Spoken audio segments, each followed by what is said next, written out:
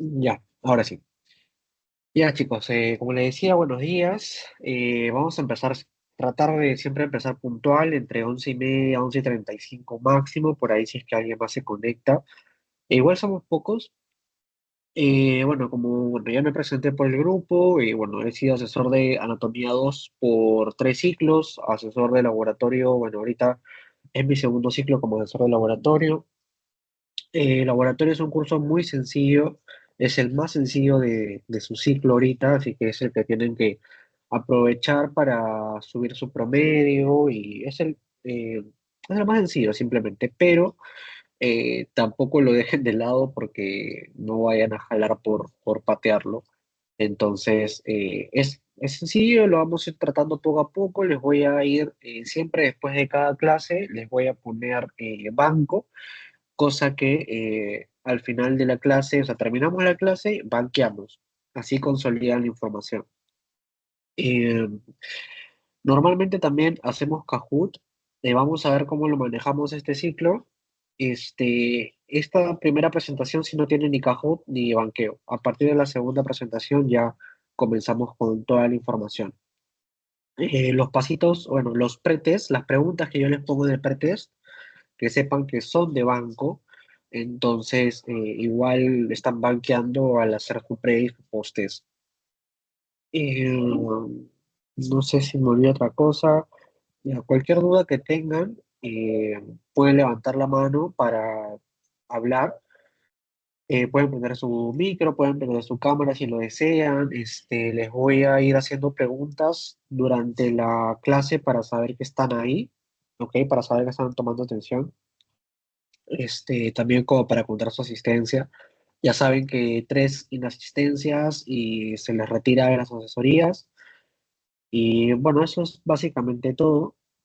Las asesorías no van a durar más de hora y media, exagerando, porque el laboratorio es súper corto, entonces normalmente me dura 1 hora. Esta clase sí va a durar menos, y la clase que viene, como sé que estamos un poquito retrasados por lo que está empezando tarde las asesorías, la semana que viene vamos a ver la clase 2 y 3 juntas. Ahorita solamente vamos a ver la clase uno, que es de enfermedades renales. Entonces, comenzamos. No sé si tienen alguna pregunta antes de empezar.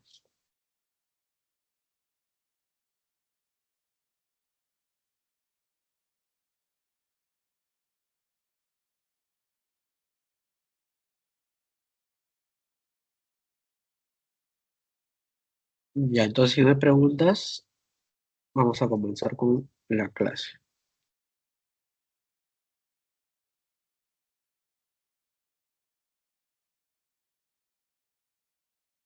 Ya, entonces tenemos asesoría uno, enfermedades renales.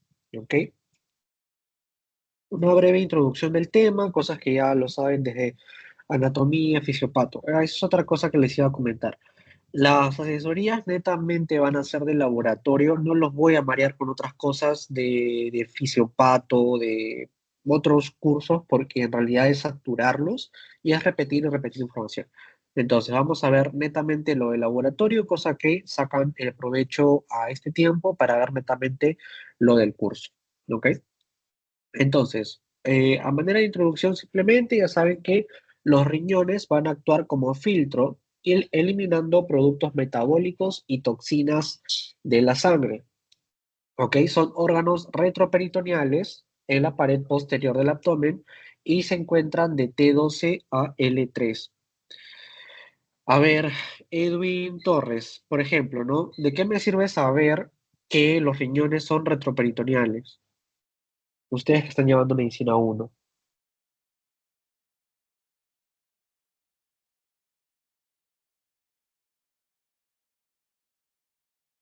Podría ser para la ubicación, por ejemplo, al momento de hacer una ecografía. Ya, puede ser, pero en este caso es bueno, ¿sabes qué? En semiología lo que van a hacer es palpar, ¿no? Palpar, percutir, auscultar, etcétera. En este caso, que te digan que son retroperitoneales, los riñones te van a servir porque evidentemente si están atrás no los vas a palpar como que por encima, ¿no? O sea, de la parte anterior, te vas a posterior. Es por esto que se hace la puño percusión lumbar. Para palpar los riñones, se va por la espalda, ¿no? Se le da un pequeño golpecito para ver cómo reacciona el paciente. Pero bueno, esta es la importancia de esta parte. La función, como os había comentado, es la filtración, ¿no? La filtración es la principal función del riñón. Son 180 litros por día, elimina el 1%, que quiere decir 0,8 a 1,5 litros por día. Además, se encarga de la reabsorción, secreción y excreción a través de todos los canales que tiene, ¿no? Del túbulo contorneado distal, proximal, de todo lo que han visto hasta el cansancio.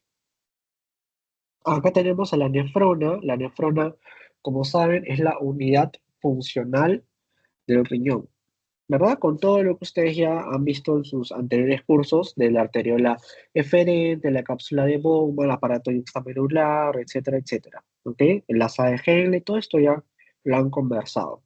De acá simplemente vamos a sacar que la unidad funcional renal es la formadora de orina, que la cápsula de Bowman va a filtrar la glucosa y que el túbulo contorneado proximal es el que se va a encargar de reabsorber el 70% de agua, sodio, cloruro, glucosa al 100%, aminoácidos y vitaminas. De esta parte vamos a sacar ya lo del laboratorio. Si estamos diciendo que la glucosa se filtra en un 100% en el tubo contorneado proximal, Gabriela, ¿encontraré glucosa en un examen de orina?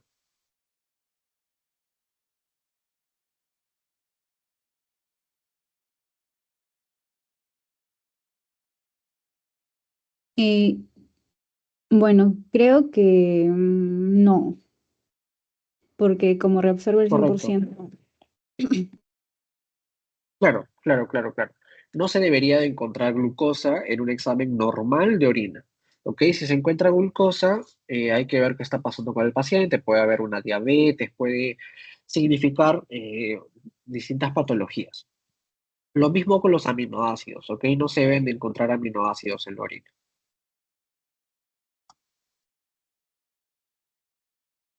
Ya. Ahora sí vamos a empezar ya con laboratorio netamente.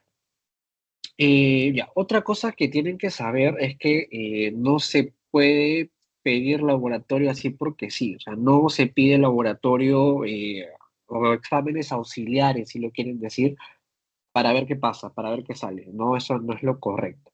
Por ejemplo, acá, si tenemos que perdón, los riñones son los que van a filtrar todos los productos de desecho y los que van a generar la orina. Entonces, si un paciente, por ejemplo, me viene con anuria, de que no puede orinar, no orina todo el día, hay que ver qué está pasando, ahí se le pide un examen de orina, por ejemplo. Eh, Ustedes acaban de llevar fármaco, ¿no? Por tipo de fármaco que se le tiene, bueno, hay tipos de fármacos que ustedes saben que son nefrotóxicos, ¿no? Que van a dañar el riñón o que son hepatotóxicos, según la filtración que tenga ese tipo de medicamento. Entonces, si tú le vas a dar al paciente un medicamento que tú sabes que es nefrotóxico, tienes que evaluar primero creatinina y urea, que es lo que vamos a ver acá, para ver cómo se encuentra esa función renal primero antes de darle el medicamento.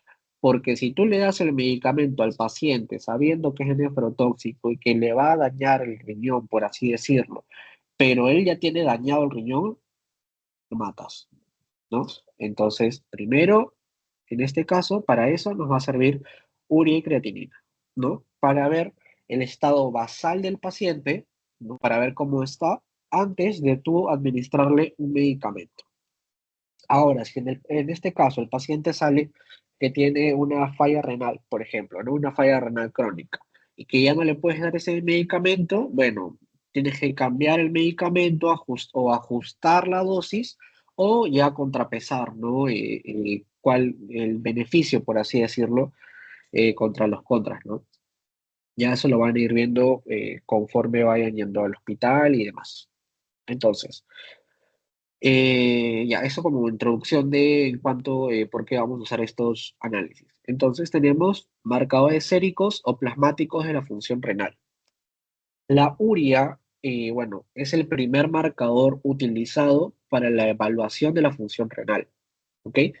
La urea va a ser la principal forma de desechos nitrogenados en el cuerpo, que son productos del metabolismo de proteínas y aminoácidos, que estos van a ser eliminados en su totalidad por la excreción de orina.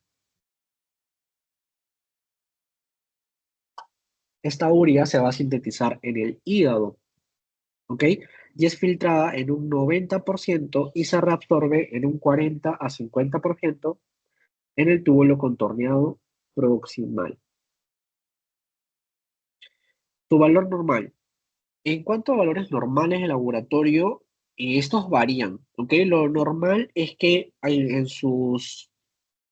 los resultados vienen, ¿no? Vienen los resultados, los valores, y al costado a la derecha vienen los valores normales según el laboratorio, ya que a veces entre laboratorio y laboratorio va variando estos valores de referencia, ¿no? Entonces, este es como para que se lo sepa, digamos, el aproximado, porque tampoco es que varíe mucho, pero puede variar según el laboratorio, ¿ok? En este caso, urea se está manejando de 17 a 40 miligramos por decilitro, valores normales. ¿Cuándo va a estar alta? Va a estar alta cuando hay una dieta alta en proteínas. ¿Por qué? Porque estamos diciendo que la urea es el producto del metabolismo de proteínas y aminoácidos, ¿no? Entonces, si hay más proteínas, o sea, hay una dieta muy alta en proteínas, evidentemente habrá más proteínas que metabolizar y esta generará más urea, ¿no? Entonces, es alta cuando hay una dieta alta en proteínas, cuando hay aumento del catabolismo proteico, cuando hay una hemorragia digestiva, falla cardíaca, deshidratación y aumento de la ADH.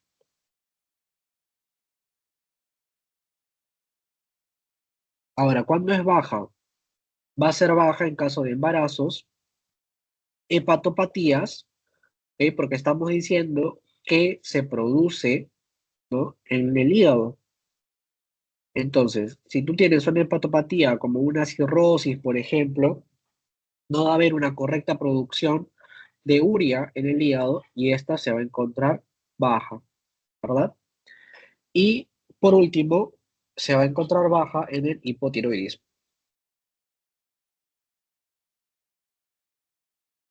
Luego tenemos a la creatinina. La creatinina va a derivar del músculo esquelético y de la ingesta de carne, ¿ok? Ingesta de carne.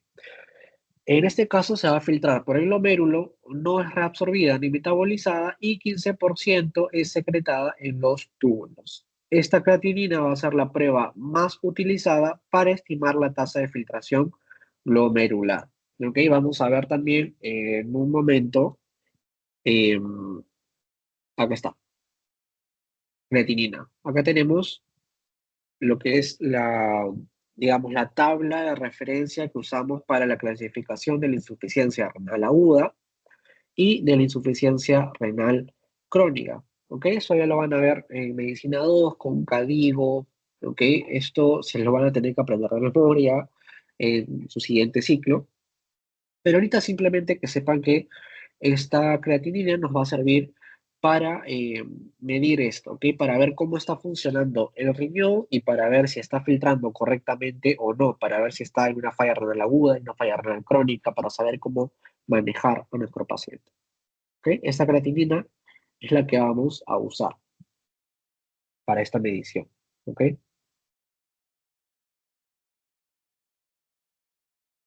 Ya. Entonces, es la prueba más utilizada para estimar la tasa de filtración glomerular. Es poco sensible y en insuficiencia renal crónica necesita una caída del 50% de la función renal. Valores normales tenemos en hombres de 0,8 a 1,3 miligramos por decilitro. En mujeres de 0,6 a 1,1 miligramos por decilitro. Y en niños de 0,2 a 1 miligramo por decilitro. Ahora, ¿cuándo se va a encontrar alta? Va a estar alta en caso de aumento de masa muscular, ya que habíamos dicho que deriva del músculo esquelético, ¿no? Entonces, si el paciente tiene mayor masa muscular, es un paciente chapado, agarrado, va a tender a tener una creatinina un poquito más alta, ya que hay un aumento de masa muscular, ¿ok? También en la dieta alta en proteínas, en traumatismos y en cirugías mayores. Ahora, se encuentra baja, ay, perdón, el perrito.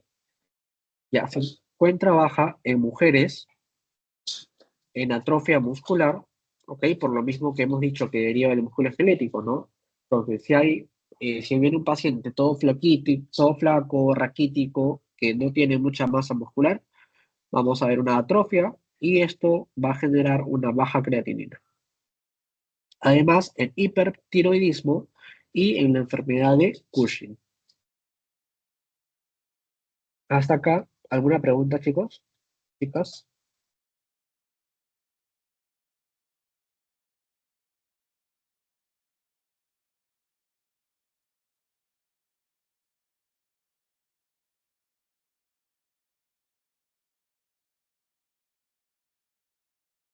todo claro entonces.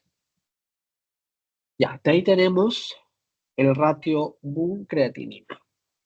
¿Ok? Este ratio Boone-creatinina, vamos a ver que tiene un valor normal en relación de 10 a 1. ¿Ok? 10 de urea con 1 de creatinina. ¿Sí? Esa es la relación ratio Boone. 10 de urea con 1 de creatinina es la relación ratio Boone, aproximadamente. ¿Ok? Si disminuye la tasa de filtración glomerular, independientemente de su causa, esto va a significar un aumento en el ratio buncreatinina, ¿sí? Baja la tasa de filtración, aumenta el buncreatinina, ¿no? Ya que evidentemente vamos a ver en este caso que esta relación va a estar aumentada cuando disminuye la tasa de filtración glomerular en casos de fallas renales, ¿ok? Independientemente sea la patología que esté causando esto. Vamos a ver que tenemos estados prerrenales, renales, ¿ok? En el cual tenemos prerrenales donde vamos a tener que la creatinina es mayor en su relación, la relación Mun-creatinina va a ser mayor de 20 a 1. No habíamos dicho que el basal es de 10 a 1. En este caso, de prerrenales va a ser de 20 a 1.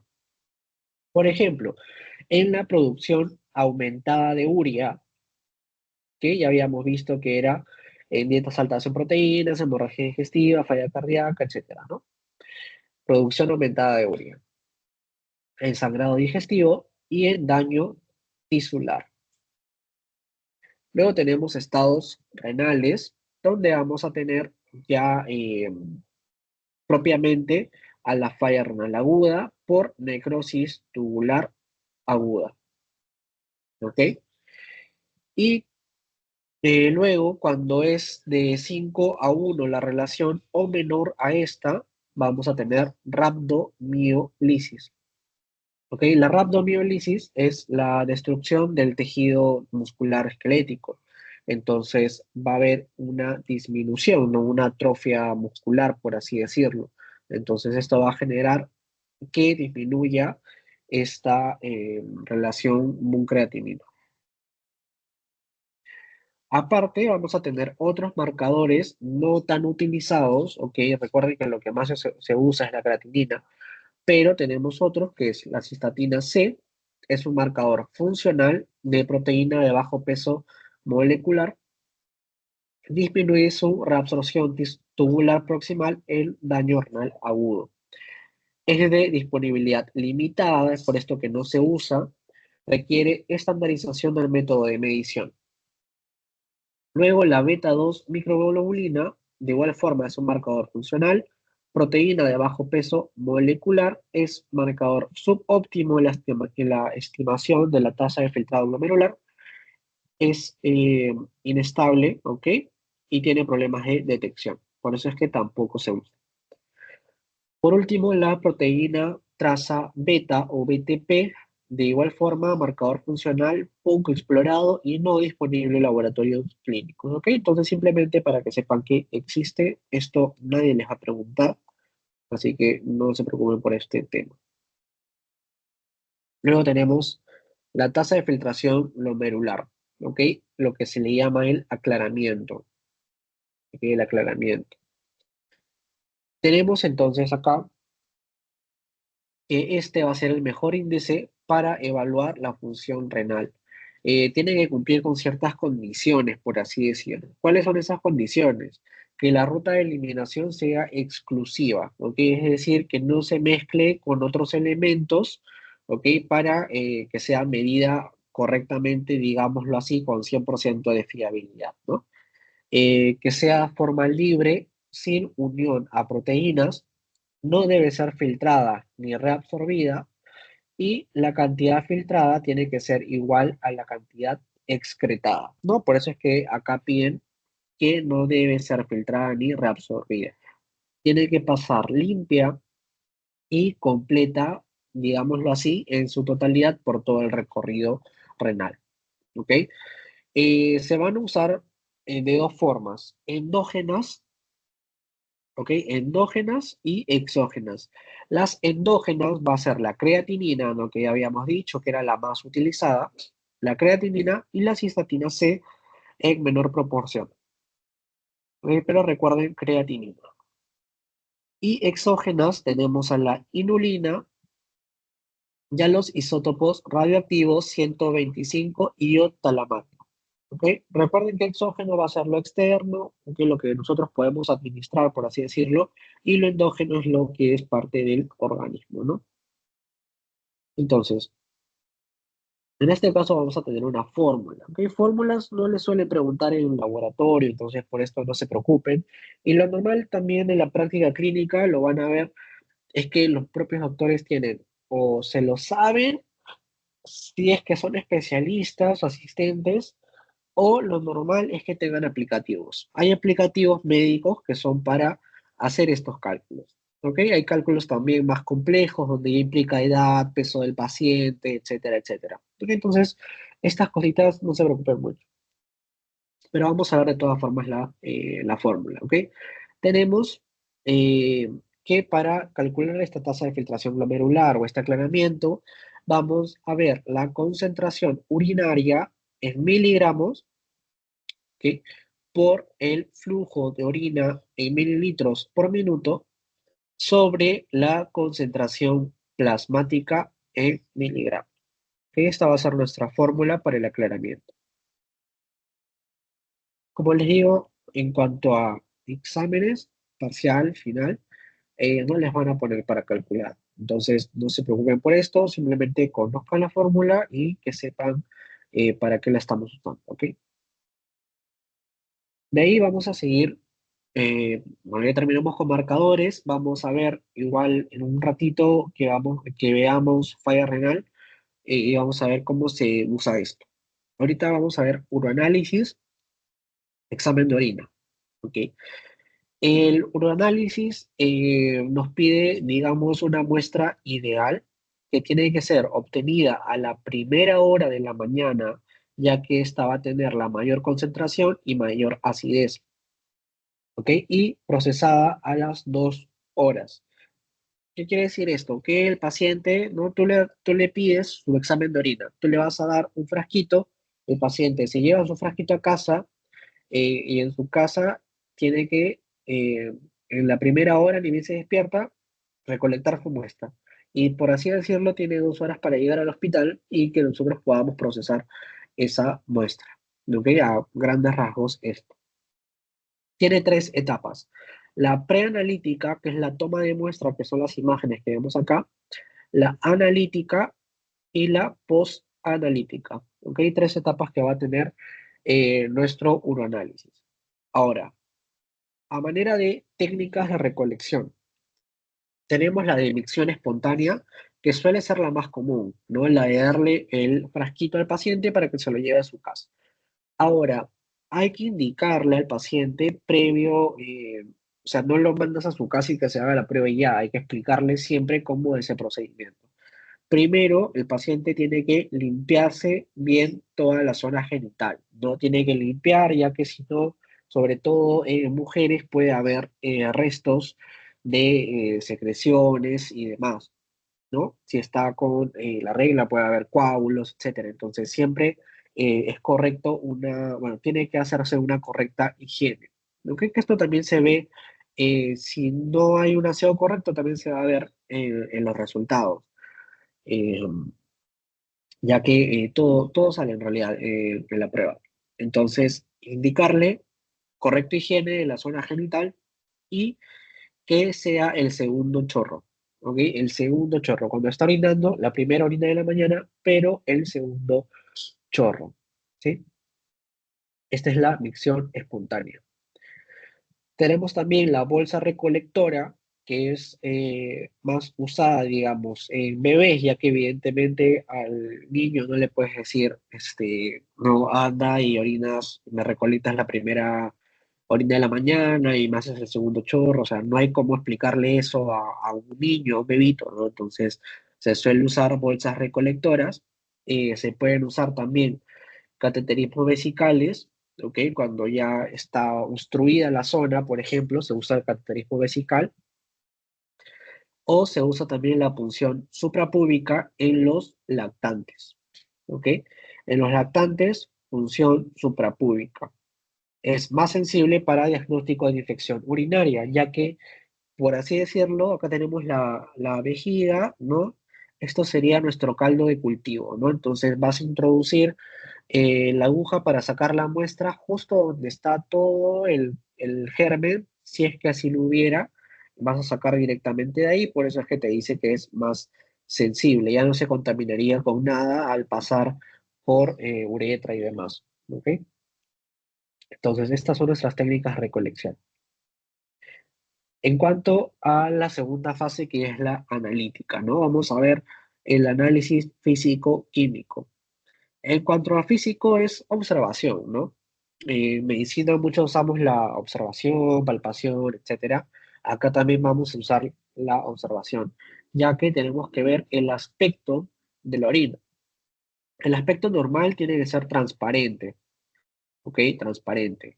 Patológicamente podemos ver turbidez, podemos ver quiluria, que es un aspecto lechoso en la orina, que puede ser por un trauma, puede ser por NM, que es neoplasia, un cáncer, o por embarazo. ¿Ok? Esto de NM, chicos, lo van a ver siempre o lo van a escuchar siempre en el hospital, en el día a día. No se suele decir cáncer frente al paciente porque se suelen asustar, ¿no? Y peor si es que no tienes ya la confirmación de que sea un cáncer, lo normal es que se diga NM. No sé en qué hospital están rotando, pero al menos yo cuando estuve en 2 de mayo siempre me hicieron esa aclaración, ¿no? Como hay que tener el cuidado, ¿no? Hay que ser reservados. No se discute el caso frente al paciente normalmente, hay que tener la cautela posible, ¿no? Entonces, NM, ya saben que es neoplasia, posible cáncer, ¿no? Vemos el color también. El color es un amarillo ámbar, ¿ok? Amarillo ámbar, color normal. Si es naranja, puede ser por medicamentos como la rifampicina, puede ser también excreción de bilis. Si es verde, puede ser por una pseudomona, puede ser por bilis o por bebidas frías. Si es colúrica, ¿ok?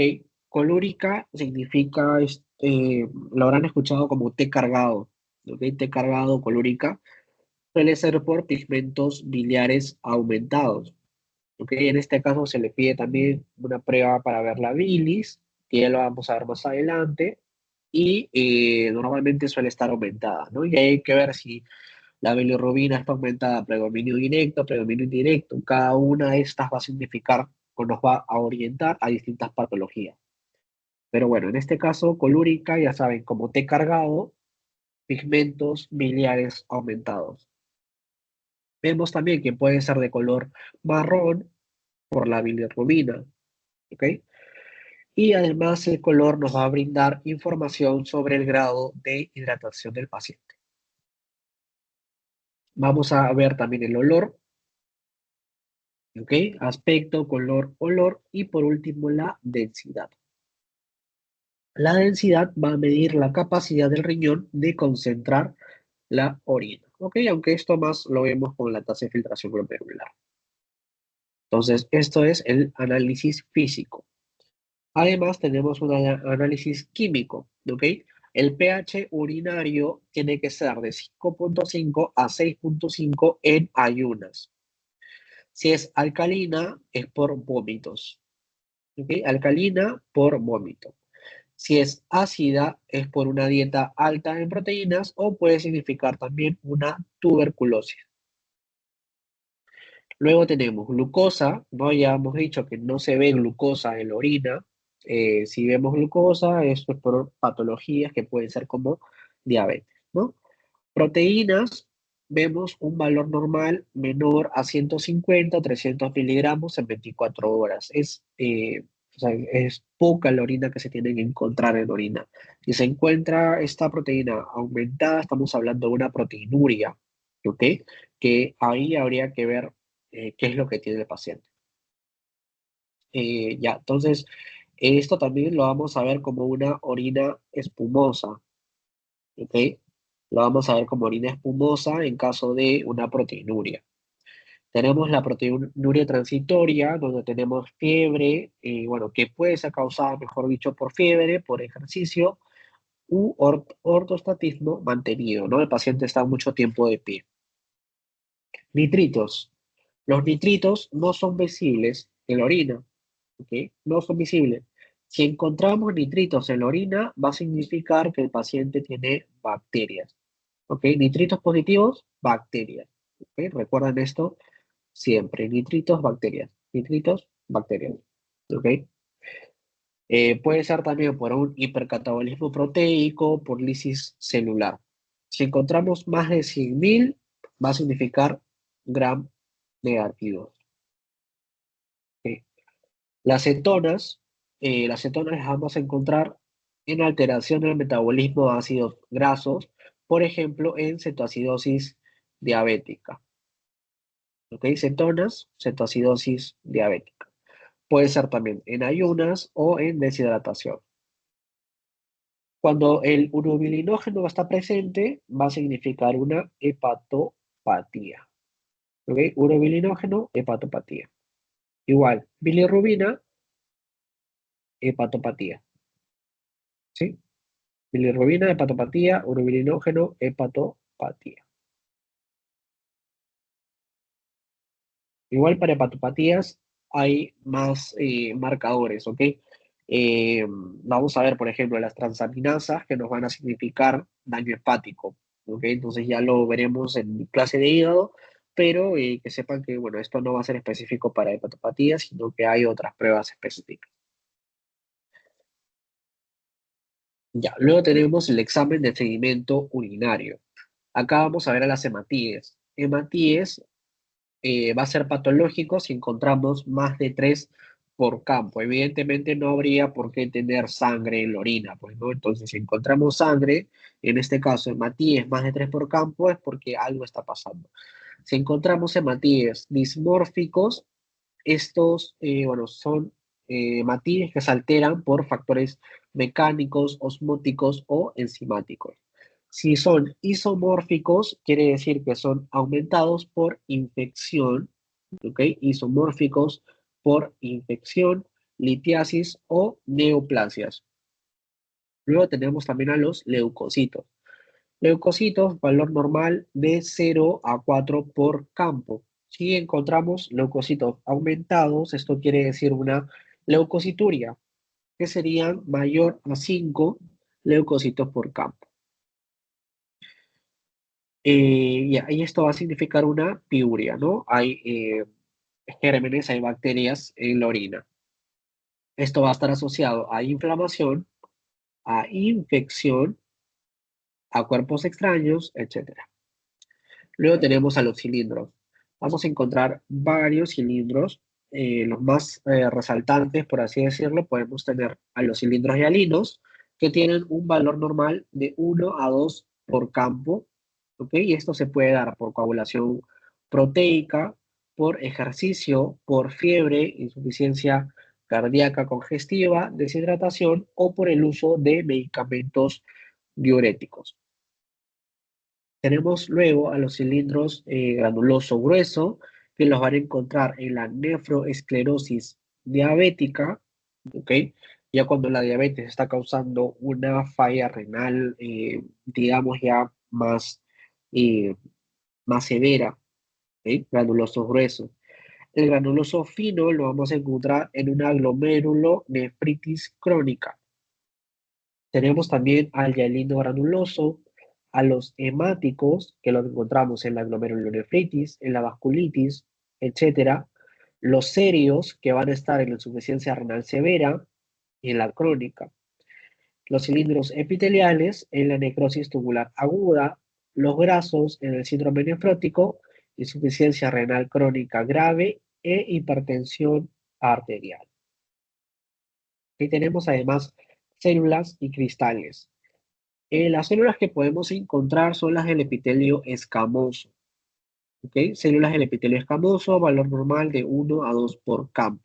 Si esto aumenta, que esto es lo que les comentaba mayormente en las mujeres, si no hay una correcta higiene, de repente al momento de hacerse la muestra, se va a encontrar aumentado este epitelio escamoso y esto significa una contaminación por flujo, ¿no? El flujo vaginal aumentado va a contaminar la muestra.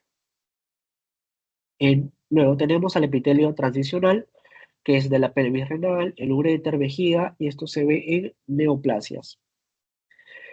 Tenemos, por último, células epitelio tubular, que se va a encontrar en necrosis tubular aguda. ¿Ok? Cristales, vamos a tener cristales de cistina, cristales de estrubita, que esto los encontramos en infección crónica por ureasa. Tenemos al oxalato de calcio, que se encuentra en la falla renal aguda por etilenglicol. Y por último, al ácido úrico, que lo vamos a encontrar en la falla renal aguda y en la lisis tumoral. ¿Ok? Falla renal aguda y lisis tumoral. Ya. Hasta acá, chicos, ¿alguna pregunta?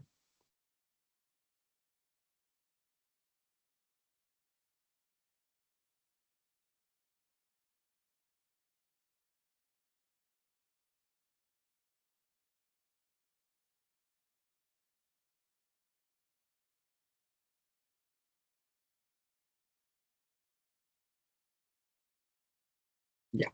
Seguimos entonces. Vamos a ver ahora insuficiencia renal.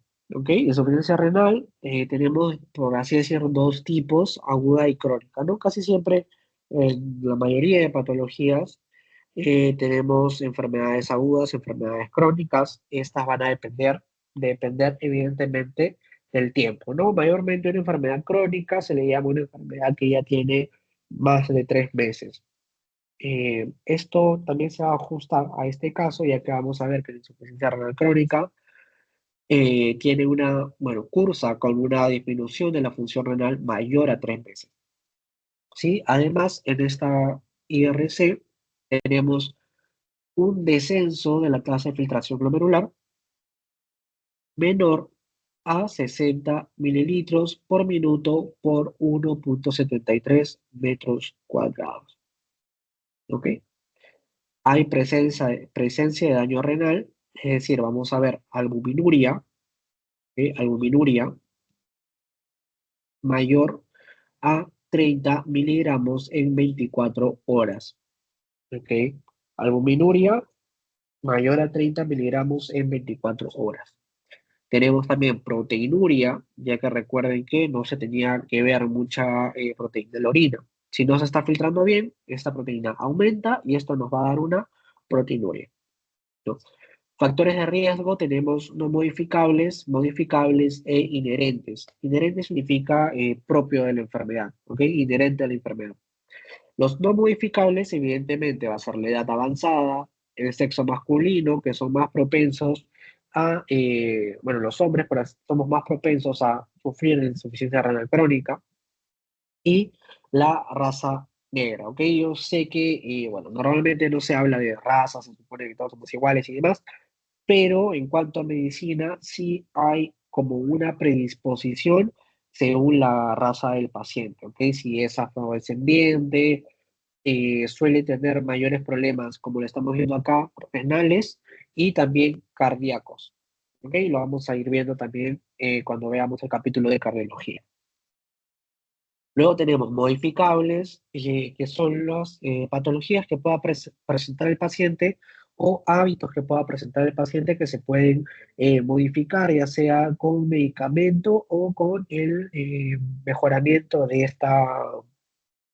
de este comportamiento, ¿no? Por ejemplo, la hipertensión.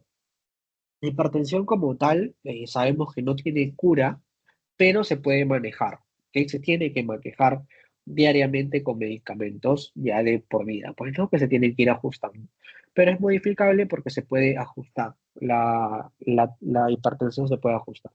La obesidad junto con el tabaquismo, igual, son hábitos que pueden ser modificados, ¿no? El tabaquismo le puedes dar al paciente, lo puedes derivar a terapias para que deje el cigarro, porque a veces hay pacientes que no pueden dejarlo solos, entonces lo puedes derivar de repente con un psicólogo para que le ayude. Obesidad lo puedes derivar al nutricionista, entonces son conductas que se pueden modificar. Y la diabetes, al igual que la hipertensión, no tiene cura, pero la glucosa se puede ir nivelando igual con medicamentos y con la nutrición correspondiente. Inherentes tenemos, por ejemplo, a la anemia y a la acidosis metabólica. ¿Ok? Esto en cuanto a insuficiencia renal crónica. En cuanto al laboratorio, lo más importante porque le van a poner para su examen casos clínicos, ¿no?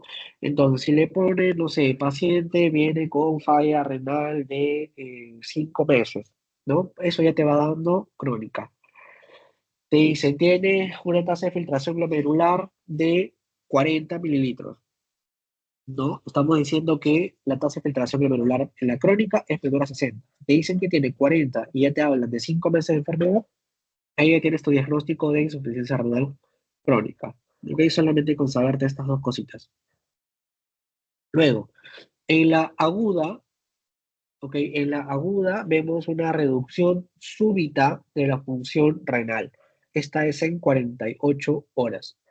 También hay criterios que cumplir, que son los criterios de Akin.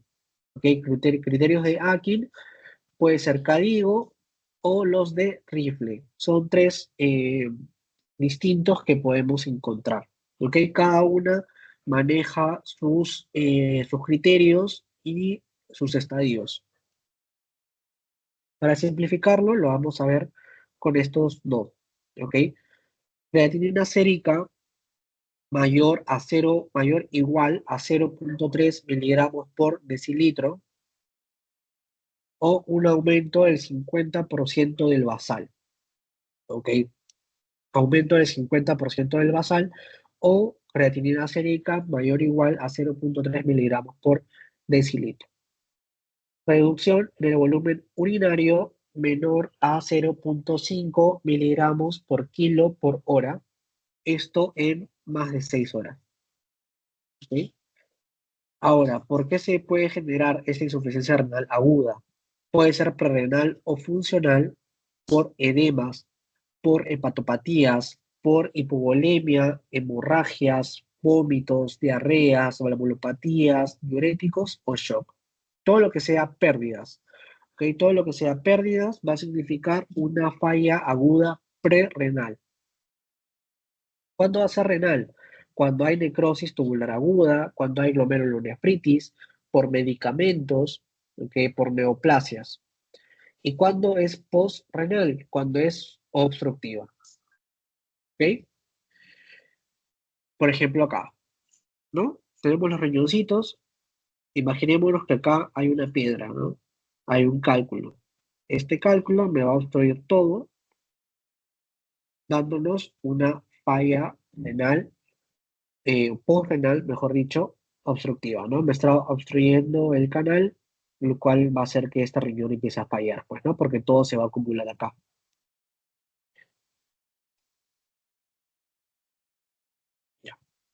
Estas son las distintas clasificaciones que podemos tener.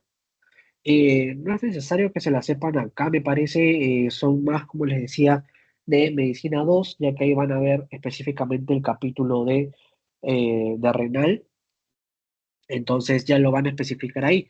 Pero bueno, para que las conozcan, ¿ok?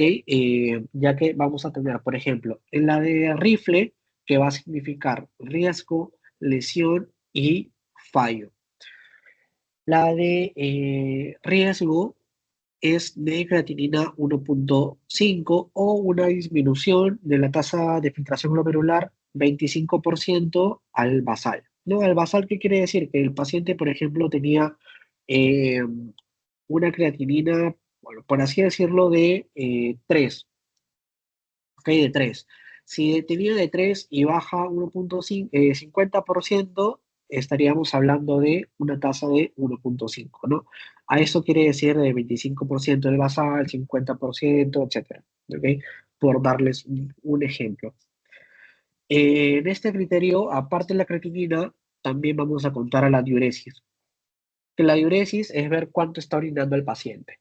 Ahora, ¿cómo se suele ver esto? Lo ven cuando han pasado por el hospital, no sé si habrán visto que en las camas al costado hay pacientes que están con catéter y tienen una bolsita, ¿no? En esa bolsita por donde sale la orina. Esa bolsita tiene medidas. Entonces, lo normal es que la enfermera o el interno tiene que ir anotando cuánto está orinando el paciente, ¿no? Entonces, de esta forma se mide cuánto, si está orinando mucho, si está orinando poco, si no está orinando nada, una anuria, que significa ya un fallo renal, ya es más complicado. Entonces, con la creatinina y con la diuresis se va a ir midiendo la función renal del paciente para saber cómo manejarlo. ¿Ok? En cuanto a la falla renal crónica, según CADIGO, lo que se usa es tanto la creatinina con la albúmina. ¿Ok? Según la cantidad de albúmina que tenga el paciente y la tasa de filtración glomerular, vamos a sacar una relación y en base a esto ubicamos en qué estadio se encuentra el paciente. ¿Ok? Esto, como les digo, todavía no se martiricen con esto, ya lo tendrán que memorizar después. Entonces, acá lo importante es que se aprendan cuándo es aguda y cuándo es crónica. ¿Ok? Ya saben que crónica es mayor a 3 meses, es además una tasa de filtración glomerular menor a 60. ¿Ok? Aguda va a ser en 48 horas, una creatinina sérica mayor o igual a 0,3 y una reducción en el volumen urinario o diuresis menor a 0,5 miligramos en 6 horas. Ya, hasta acá alguna consulta, chicos, con esto vamos a terminar.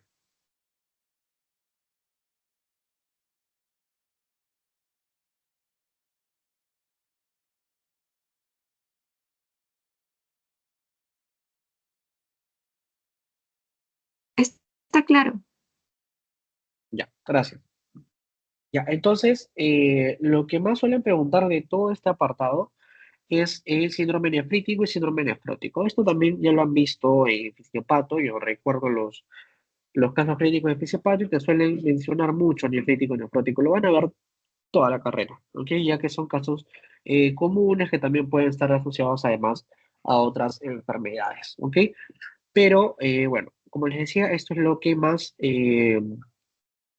suelen ver en cuanto a su examen de este capítulo, nefrítico, nefrótico, identificar cuál es cuál, ¿ok?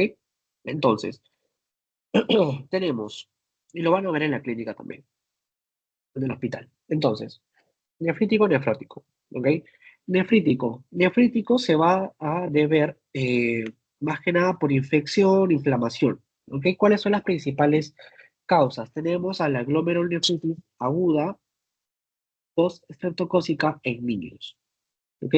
Glomerulonefritis aguda post-estreptocócica en niños como causa más común. En adultos vamos a ver que puede ser secundaria a la IgA o enfermedad de Berger. Como datos clínicos vamos a tener una proteinuria menor a 3,5 gramos en 1,73 metros cuadrados en 24 horas. sedimento urinario activo, y lo más característico es esta triada, ¿ok? Esta triada es la triada del síndrome nefrítico. Tenemos hematuria glomerular, sangre en orina, hipertensión, ¿ok? Hipertensión y edema. Esos tres son los que van a ver en el síndrome nefrítico, ¿ok? Hematuria glomerular, hipertensión y edema. Acá lo podemos ver en la imagen, ¿verdad? Acá tenemos la hipertensión, ¿sí? Hipertensión, la hematuria, ¿ok? Hematuria, y además encontramos edema. Vamos a ver también oliguria, que esto significa una baja tasa de filtración glomerular, y bueno, eso, síndrome nefrítico, ¿sí? Proteinuria menor a 3,5, ¿qué quiere decir? Eh, Proteinuria en rango no nefrótico, porque ahorita ya vamos a ver cómo es el rango nefrótico, ¿ok? Proteinuria menor a 3,5, hematuria glomerular, hipertensión, edema. Ese es el caso típico. Paciente viene con tensión de, no sé, 160/120, qué sé yo. Viene con edema generalizado, ¿ok? Y te refiere sangre en orina o hematíes aumentados, no sé, puede venirles así, ¿ok? Eso va a significar síndrome nefrítico. Luego tenemos el síndrome nefrótico. El nefrótico, en niños, las principales causas van a ser enfermedad de cambios mínimos. En adultos, la primaria va a ser por glomerulopatía membranosa, glomerulosclerosis focal o segmentaria, y secundaria va a ser causada por la diabetes. ¿Qué diabetes? La diabetes, cuando no está bien controlada, cuando el paciente no quiere tomar su medicamento o cuando no se detectó a tiempo, bueno, en sí la diabetes va a hacer que falle todo el cuerpo casi, ¿ok? Falla la vista, falla el hígado, falla el riñón, falla el corazón, falla varias cosas. La coagulación, etcétera, etcétera, fallan muchas cosas. Dentro de esas cosas va a hacer que falle el riñón, ¿no? Entonces, esta diabetes va a generar un síndrome nefrótico. ¿Cómo identificamos al laboratorio un síndrome nefrótico? Proteinuria mayor a 3,5 gramos. Esto es proteinuria en rango nefrótico, ¿ok?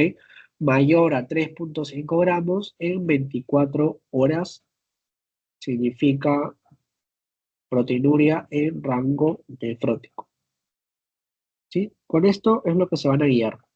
Al menos yo siempre me guío con esto, ¿ok? Esto sumado más el edema en las piernas, ¿ok? Proteinuria rango nefrótico mayor a 3,5 gramos.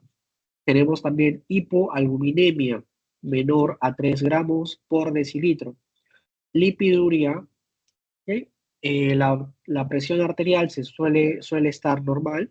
Acá no hay aumento comparado con el nefrítico. Puede haber edema o anasarca, que lo común es el edema en las piernas. Tenemos hiperlipidemia e hipercoagulabilidad, ¿ok? En niños el rango va a cambiar y acá tenemos una proteinuria mayor a 40 miligramos en una hora, ¿ok? Entonces, nefrítico, ya saben, proteinuria menor a 3,5, tenemos una triada en la cual encontramos hematuria, hipertensión, edema. Nefrótico, proteinuria, rango nefrótico mayor a 3,5 gramos. Encontramos hipoalbuminemia, lipiduria, la presión arterial se va a encontrar normal, puede estar elevada, pero mayormente normal. Encontramos edema o anasarca, lo van a ver generalmente en las piernas, hiperlipidemia e hipercoagulabilidad. ¿Ok? Esto es síndrome nefrítico versus nefrótico en cuanto a laboratorio. Con eso estaríamos terminando por hoy. ¿Tienen alguna consulta de esta última parte? ¿Algo que deseen que repita o alguna duda que tengan?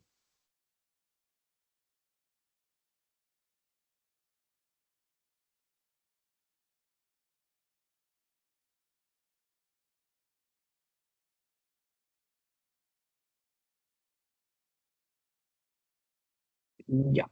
Entonces, les voy a pasar su post-test y lo vamos a resolver juntos. A ver, me dan un momento, por favor. A ver, en su pretest tengo 5 personas. ¿Cuánto han sacado? Bueno, promedio de 15 significa que están bien.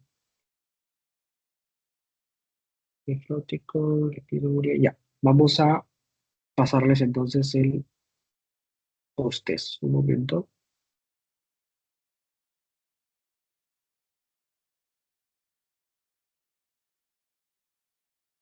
Ahora, los post-test yo los paso por este chat, ¿sí? No los paso por WhatsApp, ya que a veces tal lo hace más gente de la que debería y termino llenando más formularios de personas que no han asistido. Entonces, lo ideal es que asistan a la clase, ¿no? A ver,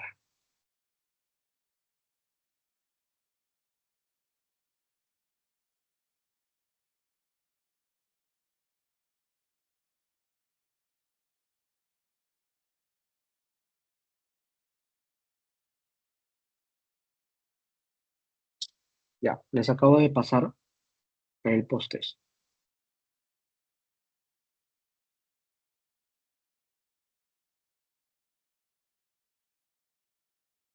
Ya, lo vamos a ir resolviendo juntos. Tenemos paciente con hipertensión, creatinina de 6, urea 200 miligramos, orina con cilindros hemáticos, es decir, que el paciente presenta hematuria, ¿no? Tiene sangre en la orina, hematíes dismórficos y proteinuria en 0,8.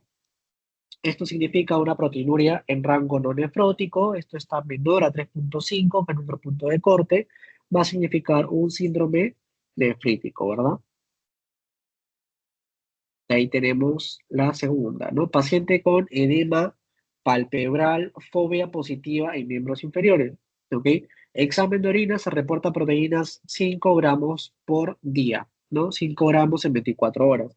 Esto es rango nefrótico, pues no habíamos dicho rango nefrótico mayor a 3,5. Entonces, síndrome nefrótico, es sencillo. El síndrome nefrótico está conformado por los siguientes síntomas. Habíamos visto lo que teníamos lipiduria, dislipidemia, teníamos edema e hipoalbuminemia.